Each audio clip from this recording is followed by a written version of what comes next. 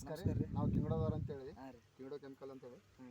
ಇದು ನೀವು ಎಷ್ಟು ದಿನ ಆಯ್ತು ಇದು ಟ್ರಿಪ್ ಪಟ್ಟು ಹೋದ ಕೂಡಲೇ ನಾವು ಇದು ಎಲ್ಲ ಹೊಡೆದ್ಬಿಟ್ಟು ಒಂದು ವಾರ ಐತ್ರಿ. ಒಂದು ವಾರ ಆಯ್ತು. ಹಾಂ ಹಾಂ ಗೊಬ್ಬರ ಕೊಟ್ಟು ಎಷ್ಟು ಸಲ ಕೊಟ್ರಿ ಒಂದು ಸಲ? ಗೊಬ್ಬರ ಒಂದ್ಸತಿ ಕೊಟ್ಟಿರಿ ಬರೀ. ಮತ್ತೆ ಕೊಟ್ಟಿಲ್ಲ. ಕೊಟ್ಟಿಲ್ರಿ ಮತ್ತೆ. ಹಾಂ ಹಾಂ ಹಾಂ ಅದೇ ಒಂದ್ಸತಿ ಗೊಬ್ಬರ ಕೊಟ್ಟಮ್ಯಾಗ ನೀವು ಬಂದ್ಬಿಟ್ಟು ಎಣ್ಣೆ ಒಂದ್ಸತಿ ಟ್ರೈ ಮಾಡಿರಿ ಅಂತಂದ ಕಡೆ ನಾವು ಇದು ನೋಡಮ್ಮ ಯಾಕೆ ಅಂತಂದು ಟ್ರೈ ಮಾಡಿದ್ವಿ. ಹಾಂ ಇದು ಎಲ್ಲ ಇದು ಹಾಕಿ ಒಂದು ವಾರಕ್ಕೆ ಏನು ಮಸಾಲೆ ಹಾಕೋದು ಬೇಡ, ಮಸಾಲೆಕ್ಕಿಂತ ಹೆಚ್ಚು ಬಂದ್ಬಿಟ್ಟು ಹೌದು ಹೌದು. ಗೊಬ್ಬರ ಎಲ್ಲಿ ಮತ್ತೆ ಅದಲ್ರಿ ಮಸಾಲೆ ಎಲ್ಲಿ ಬಿರ್ಸದಂಗೆ ಐತ್ರಿ ಆ ಸಲ ಬಂದಾಗ. ಮೊದಲು ಫುಲ್ ರಫ್ ಇತ್ತು ಎಲ್ಲಿ, ಹಾಂ ರೀ. ಈಗ ಮಾತ್ರ ಸ್ಮೂತ್ ಆಗಿಬಿಟ್ಟದ್ರಿ, ಹೌದಲ್ರಿ. ಸಾಫ್ಟ್ ಆಗಿಬಿಟ್ಟದ. ಹಾಂ ಹಾಂ ಹಾಂ. ನೀವು ಗೊಬ್ಬರ ಕೊಡೋದೇ ಬೇಕಾಗಿಲ್ಲ.